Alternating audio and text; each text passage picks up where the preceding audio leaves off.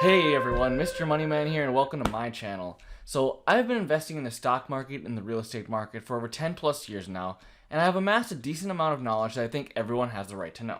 Right now, I think one of the biggest issues is income inequality, and I think we all have a fiscal responsibility to go ahead and tackle this problem.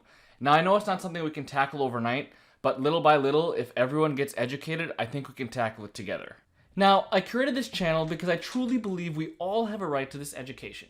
Education that should have been taught to us in grade school when we were growing up, but instead we were taught that money is a taboo subject and it should never be discussed.